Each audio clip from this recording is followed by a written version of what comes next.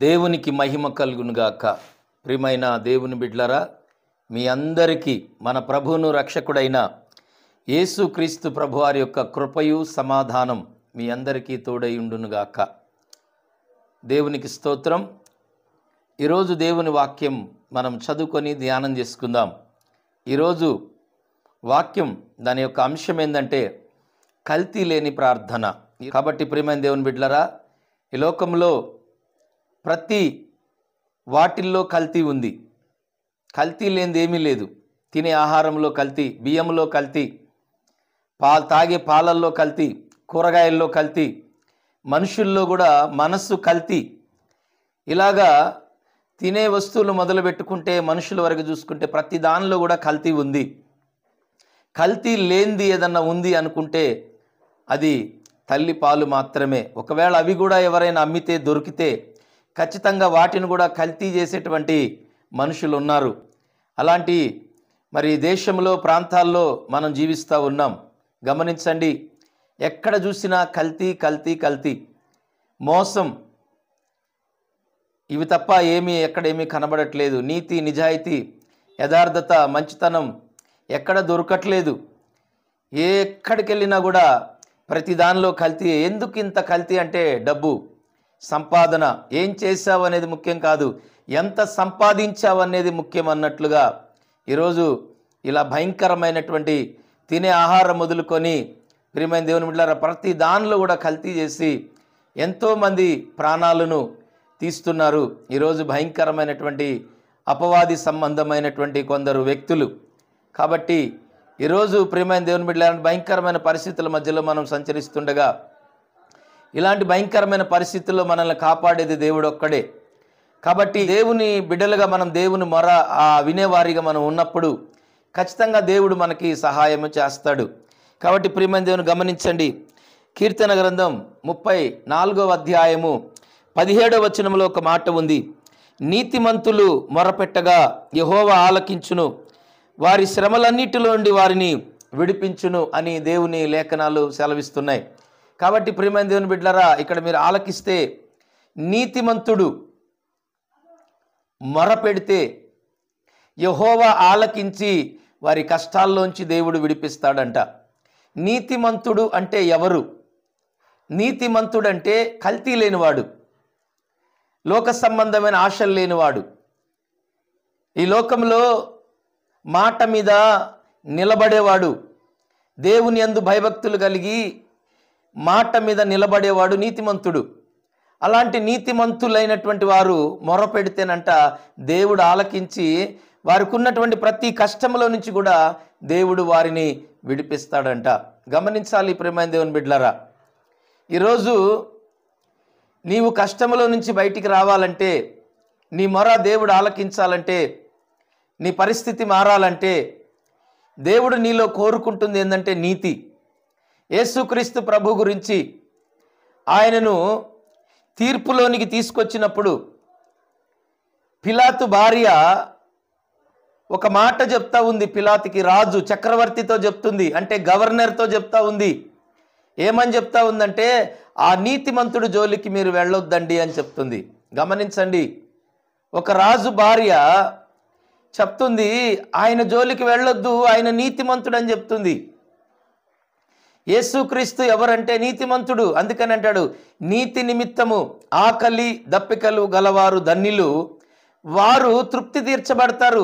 ఇవాళ చాలామంది ఎందుకు మోసం చేస్తున్నారు, ఎందుకు అబద్ధాలు ఆడుతున్నారు, ఎందుకు దౌర్భాగ్యమైనటువంటి వారికి పాల్పడుతున్నారు, ఎందుకు ప్రజలను మోసం చేస్తున్నారు, ఎందుకు అబద్ధాలు ఆడుతున్నారు అంటే డబ్బు సంపాదించాలి. ఏం చేసినా పర్వాలేదు, సంపాదించాలి.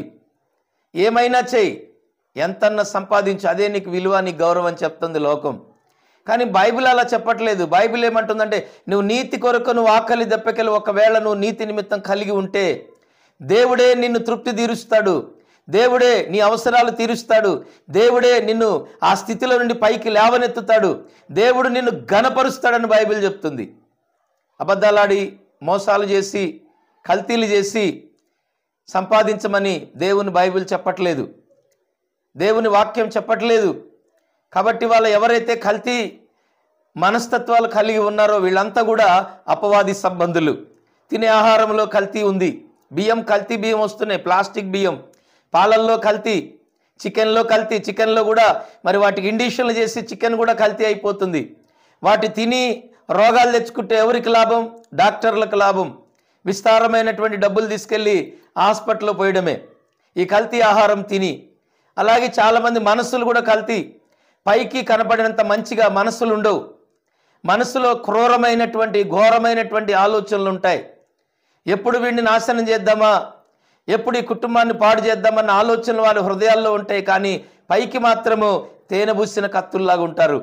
అలాంటి వారి లోకంలో లెక్క పెట్టలేనంత మంది దొరుకుతారు. ప్రియమైన దేవుని బిడ్డలారా, వారు పైకి కనబడరు, కానీ వారు మనతో మరి నవ్వుతానే మాట్లాడతారు, మనతో హ్యాపీగానే మాట్లాడతారు. కానీ ఆ లోపల మాత్రం భయంకరమైనటువంటి తోడేలు స్వభావం కలిగి ఉంటారు.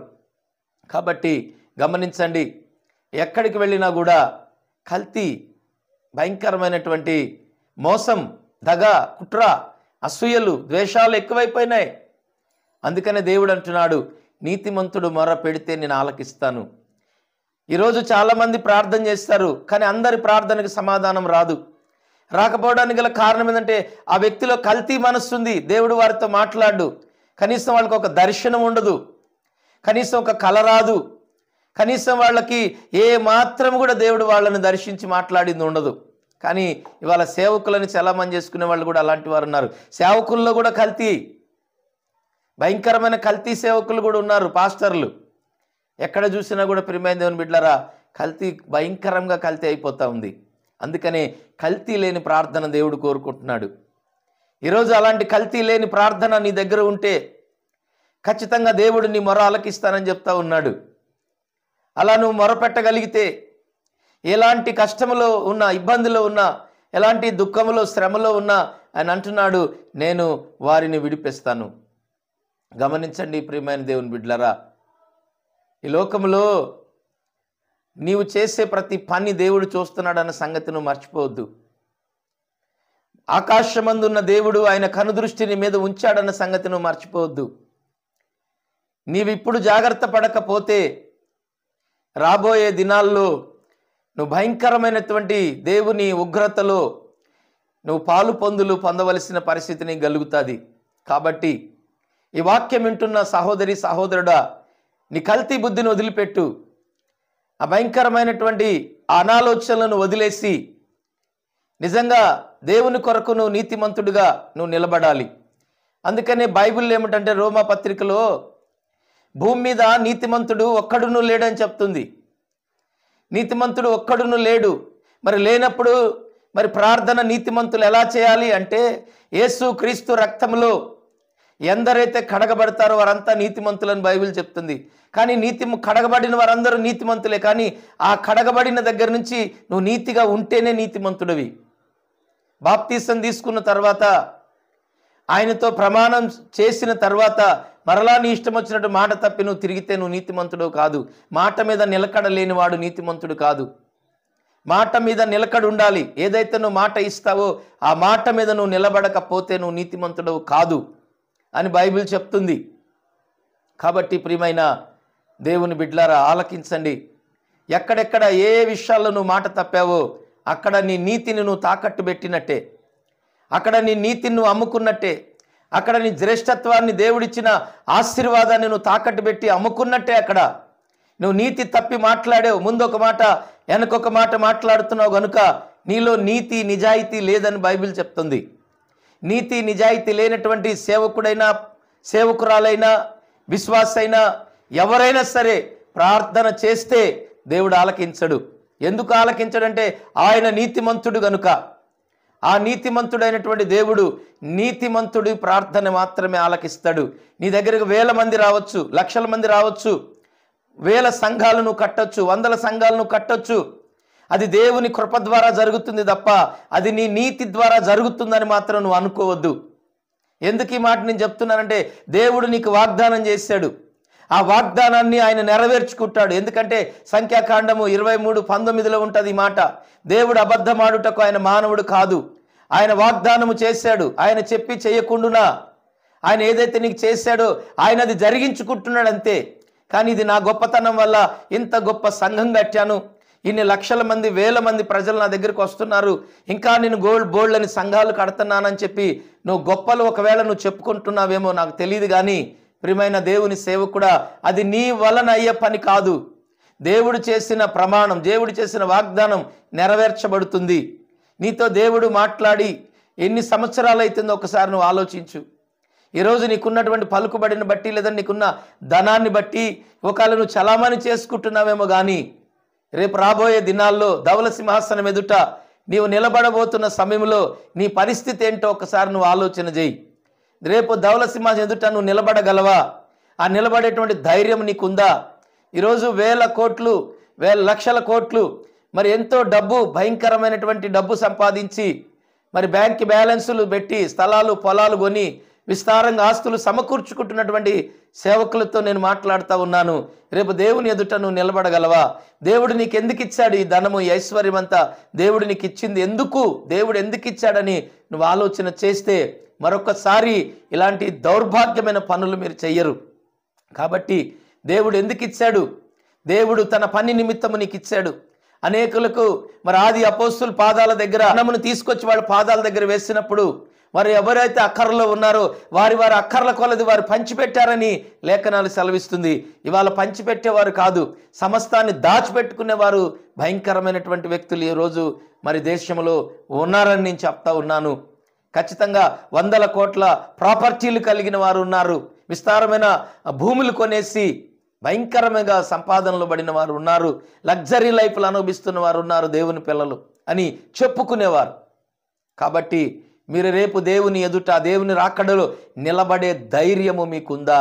ఒకసారి మీ గుండె మీద చేసుకొని మీరు ఆలోచన చేయండి.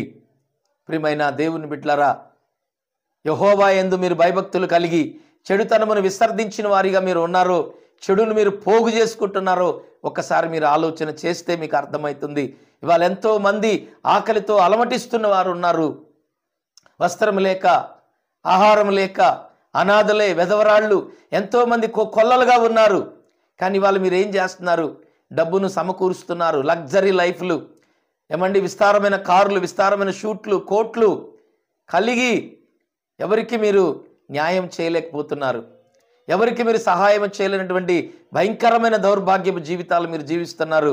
మిమ్మల్ని బట్టి నిజంగా సేవ చేసేవాళ్ళు కూడా ఎంతోమందికి అవమానం కలుగుతూ ఉంది, ఎంతోమందిని అనుమానిస్తూ ఉన్నారు. ఎందుకంటే సేవకుడు అంటే సోమరపోతని, డబ్బు సంపాదించుకోవడానికి వస్తున్నారని ఎంతోమంది అవమానిస్తూ ఉన్నారండి పేద సేవకులను, ఎంతోమందిని. కాబట్టి ఒకసారి మీ బ్రతుకులు మార్చుకుంటారని ఈ వాక్యం మీ కొరకే పరిశుద్ధాత్మ దేవుని యొక్క ప్రేరేపణతో నేను మాట్లాడుతూ ఉన్నాను. నువ్వెంత గొప్పవాడివైనా సరే, ద స్వీట్ నౌ ఈ ద హోలీ అండ్ గాడ్, దేవుడు నమ్మదగిన వాడు. నీతో మాట్లాడుతున్నప్పుడు నువ్వు భయపడాలా, నువ్వు లోబడాలా. నువ్వు ఎవరైతే I don't everything struggle God above your problems leave it to the Holy Spirit. ఆయన ఆ వాక్కుని విడుదల చేసినప్పుడు నువ్వు లోబడే వ్యక్తిగా ఉండాలి. మార్చుకో నీ మనసు, నీ ఆలోచన మార్చుకో, నీ తలంపులు మార్చుకో. నువ్వు బయటికి ఒక రూపం, లోపల ఒక రూపం కలిగి ఉండొద్దు. బయటకి గొర్రెలాగా, లోపల తోడేలులాగా నువ్వు ప్రవర్తిస్తున్నావు. ఎంతమంది సేవకులను హింసిస్తున్నావో, ఎంతమంది విశ్వాసుల దగ్గర భయంకరంగా సంపాదించి లాగుతున్నావో. దేవుని సేవ పేరు చెప్పుకొని ఈ దౌర్భాగ్యమైనటువంటి పరిస్థితుల్లోంచి నువ్వు బయటికి రావాలా. అలాంటి పరిస్థితి నువ్వు బయటికి రాకపోతే రేపు భయంకరమైన శిక్ష ఉంది, నరకం. దేవుడు నీతో మాట్లాడుతున్నాడు, నువ్వు మారకపోతే కష్టం. మారు మనసు పొందు, జాగ్రత్త. దేవుడు నిన్ను హెచ్చరిస్తున్నాడు. నా సహోదరుడా, నా సహోదరి, నేను ప్రేమతోనే చెప్తున్నాను. నీ మీద నాకు కక్ష లేదు, పగలేదు, ద్వేషం లేదు, అసూయ లేదు. నీకుంటే నువ్వు తింటావు, ఎవడికి పెడతావు, మాకు అక్కర్లేదు నీది. కానీ నువ్వు మారు. దేవుడు నీకు ఎందుకు ఇచ్చాడో దాన్ని దేవుని పని కొరకు కరెక్ట్గా నువ్వు ఉపయోగించుకో. అంతే. మాకు లేదని నీ మీద అసూయ పడతలేదు, దేవుని వాక్యమే చెప్తున్నాను. నువ్వు నమ్మితే మరలా దేవుని కార్యాలు ఇంకా గొప్పగా నువ్వు చేస్తావు, చేయగలవు కూడా. ఆ కృప దేవుడు నీకు ఇచ్చాడు. దేవుడి మాటలు దీవించునుగాక. Amen, amen, amen. God bless you. ప్రార్థన చేసుకుందాం. కృపాసత్య సంపూర్ణుడు అయిన నా యేసయ్య, నీ పాదాలకు వందనాలు. ప్రభువా, కనికరించండి అయ్యా. ఇదిగో నా తండ్రి, ముసుగులో నుండి అనేకులను నాయన బయటికి తీసుకొని రండి. కల్తీలో నుంచి అనేకులను బయటికి తీసుకొని రండి. భయంకరమైనటువంటి చీకట్లో నుంచి అనేక మంది బయటికి రావడానికి మీరు సహాయం చేయండి. దౌర్భాగ్యమైన జీవితాల్లోంచి బయటికి రావడానికి తీసుకొని రండి. మాయలో, ముసుగులో, మోసాల్లో, క్రియల్లో, కల్తీల్లో ఉన్నటువంటి ప్రతి ఒక్కరిని, సేవకుని కానీ, విశ్వాసుని కానీ, ప్రతి కుటుంబము మారు మనసు పొంది రక్షణ పొందునుగాక. అనేకులకు విడుదల కలుగునుగాక. నీతి నిజాయితీగా ఆకలి దప్పికలతో ఎవరైతే ప్రభువా నీ పనిలో ముందు కొనసాగుతున్నారో వాళ్ళని మీరు ఆశీర్వదించండి. వారి సరిహద్దులు మీరు విశాలపరిచి మీరు దీవించండి ప్రభువా. వారి దుఃఖము నాట్యముగా మార్చండి. వారి కన్నీరు తొడవండి. వారి అవసరాలు మీరు తీర్చి మహిమ పొందమని, ఈ వాక్యం విన్న ప్రతి కుటుంబాన్ని దీవించమని యేసు నామములో అడుగుచున్నాను తండ్రి. Amen, amen, amen. God bless you. మీ అందరికీ వందనాలు.